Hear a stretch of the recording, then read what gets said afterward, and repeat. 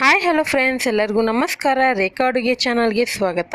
ಬನ್ನಿ, ಇವತ್ತು ನಾನು ಮಾಡ್ತಾ ಇರೋಂಥ ರೆಸಿಪಿ ಒಂದು ಈಸಿಯಾಗಿ ಸ್ನ್ಯಾಕ್ಸ್ ರೆಸಿಪಿ ತೋರಿಸ್ಕೊಡ್ತೀನಿ. ಅದೇನಪ್ಪ ಅಂದರೆ ಮನೇಲಿರುವಂಥ ಪಾಸ್ತಾಯಿಂದ ಈ ಥರ ಒಂದು ಸ್ನ್ಯಾಕ್ಸ್ ಮಾಡಿ ನೋಡಿ. ತುಂಬಾ ಕ್ರಿಸ್ಪಿಯಾಗಿ ತಿನ್ನೋಕ್ಕೆ ಚೆನ್ನಾಗಿರುತ್ತೆ.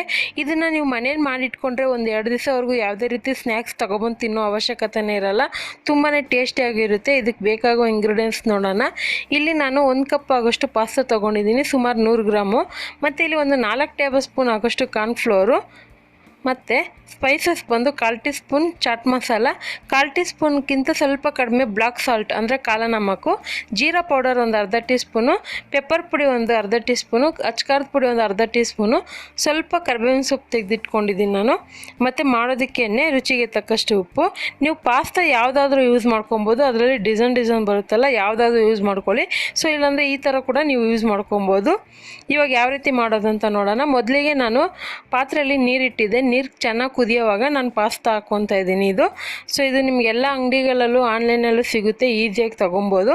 ಇದಕ್ಕೆ ಒಂದು ಸ್ವಲ್ಪ ಉಪ್ಪು, ಒಂದು ಸ್ವಲ್ಪ ಎಣ್ಣೆ ಹಾಕ್ಕೊಂಡು ಒಂದು 6ರಿಂದ 7 ನಿಮಿಷ ಇದನ್ನು ಕುಕ್ ಮಾಡ್ಕೊತೀನಿ, ಅಂದರೆ ಇದನ್ನು ಬೇಯಿಸ್ಕೊತೀನಿ.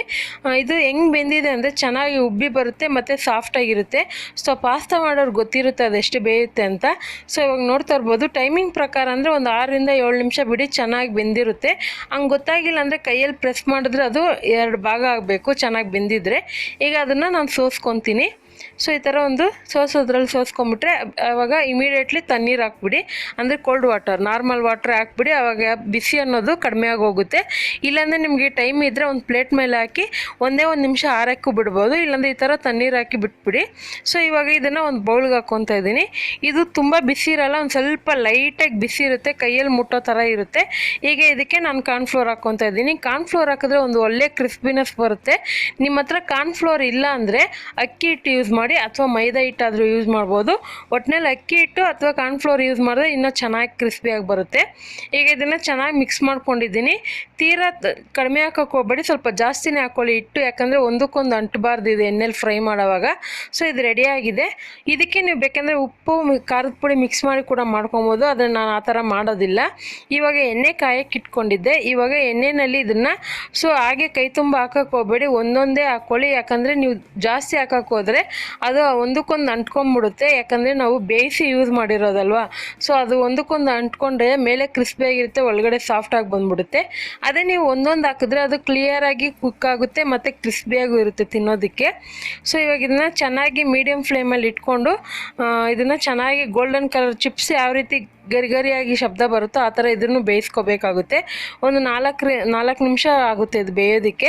ಸೊ ಇವಾಗ ನೋಡ್ತಾ ಇರ್ಬೋದು, ಚೆನ್ನಾಗಿ ಬೆಂದು ಒಳ್ಳೆ ಕಲರ್ ಬಂದಿದೆ, ಕ್ರಿಸ್ಪಿಯಾಗೂ ಬರುತ್ತೆ. ನೀವು ಈ ಥರ ಚೆನ್ನಾಗಿ ಫ್ರೈ ಮಾಡಿ ಎತ್ಕೊಬೇಕಾಗುತ್ತೆ. ನೋಡಿ ಇವಾಗ ಇದು ರೆಡಿ ಆಗಿದೆ ಅಲ್ವಾ.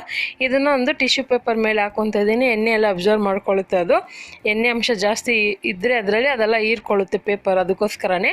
ಇವಾಗ ಆಲ್ಮೋಸ್ಟ್ ಎಲ್ಲ ರೆಡಿ ಆಯಿತು. ಕರಿಬೇವು ಸೊಪ್ಪನ್ನು ಅದೇ ಎಣ್ಣೆಲಿ ಹಾಕಿ ಫ್ರೈ ಮಾಡ್ಕೊಂಡಿದ್ದೆ, ಅದನ್ನು ಮಿಕ್ಸ್ ಮಾಡ್ಕೊತಾ ಇದ್ದೀನಿ. ಸೊ ಇವಾಗ ಒಂದು ಬೌಲ್ಗೆ ಹಾಕ್ಕೊಂಡಿದ್ದೀನಿ. ಈಗ ರುಚಿಗೆ ತಕ್ಕಷ್ಟು ಉಪ್ಪು ಮತ್ತು ಕಾಲ ನಮಕು, ಚಾಟ್ ಮಸಾಲ ಅದಿದ್ದರೆ ಹಾಕ್ಕೊಳ್ಳಿ, ಇಲ್ಲಾಂದರೆ ಸ್ಕಿಪ್ ಮಾಡ್ಕೊಳ್ಳಿ. ಒಂದು ಸ್ವಲ್ಪ ಹುಳಿ ಫ್ಲೇವರು, ಟೇಸ್ಟ್ ಒಂಥರ ಚಟ್ಪಟ ಥರ ಇರುತ್ತೆ ತಿನ್ನೋದಕ್ಕೆ, ಅದಕ್ಕೋಸ್ಕರನೇ. ಇದಕ್ಕೆ ಖಾರದ ಪುಡಿ, ಜೀರಿಗೆ ಪುಡಿ, ಮೆಣಸು ಪುಡಿ, ಉಪ್ಪು ಅದೆಲ್ಲ ಹಾಕ್ಕೊಂಡಿದ್ದೀನಿ. ಸೊ ನಿಮ್ಗೆ ಸ್ಪೈಸಸ್ ಯಾವ ಥರ ಬೇಕೋ ಆ ಥರ ನೀವು ತಗೊಂಡು ಹಾಕ್ಕೊಬೋದು, ಮನೇಲಿರೋದನ್ನ ಹಾಕ್ಕೊಬೋದು. ಸೊ ಇವಾಗ ಇದನ್ನು ಪ್ರೆಸ್ ಮಾಡಿ ನೋಡ್ತಾ ಇರ್ಬೋದು ಎಷ್ಟು ಕ್ರಿಸ್ಪಿಯಾಗಿರುತ್ತೆ ಅಂತ. ಇದನ್ನು ಒಂದು ಏರ್ ಟೈಟ್ ಬಾಕ್ಸಿಗೆ ಹಾಕಿಟ್ಕೊಂಡ್ರು ನೀವು ಯಾವಾಗ ಬೇಕಾದರೂ ತಿನ್ಬೋದು, ಟೀ ಕಾಫಿ ಜೊತೆಗೆ ತುಂಬಾ ಚೆನ್ನಾಗಿರುತ್ತೆ. ಸೊ ಖಂಡಿತ ಇವತ್ತು ಮಾಡಿರುವಂಥ ಈ ಡಿಫ್ರೆಂಟ್ ಆಗಿರೋಂಥ ಪಾಸ್ತಾದಲ್ಲಿ ಕುರ್ಕುರೆ ನಿಮಗೆಲ್ಲ ಇಷ್ಟ ಆಗಿದ್ರೆ ಸೊ ನೀವು ಸಹ ಇದೇ ರೀತಿ ಒಮ್ಮೆ ಟ್ರೈ ಮಾಡಿ ನೋಡಿ. ತುಂಬಾ ಚೆನ್ನಾಗಿರುತ್ತೆ. ಮಕ್ಕಳಿಗೆ ಈ ಥರ ಮಾಡಿಕೊಡಿ, ತುಂಬಾ ಇಷ್ಟಪಟ್ಟು ತಿಂತಾರೆ. ಹಾಗೆ ಈ ರೆಸಿಪಿ ಇಷ್ಟ ಆದರೆ ಲೈಕ್ ಮಾಡಿ, ಶೇರ್ ಮಾಡಿ, ಕಮೆಂಟ್ ಮಾಡಿ, ಸಬ್ಸ್ಕ್ರೈಬ್ ಮಾಡ್ಕೊಳ್ಳಿ. ಈ ವಿಡಿಯೋ ನೋಡಿದ್ದಕ್ಕಾಗಿ ಎಲ್ಲರಿಗೂ ಧನ್ಯವಾದಗಳು. ಟೇಕ್ ಕೇರ್, ಬಾಯ್.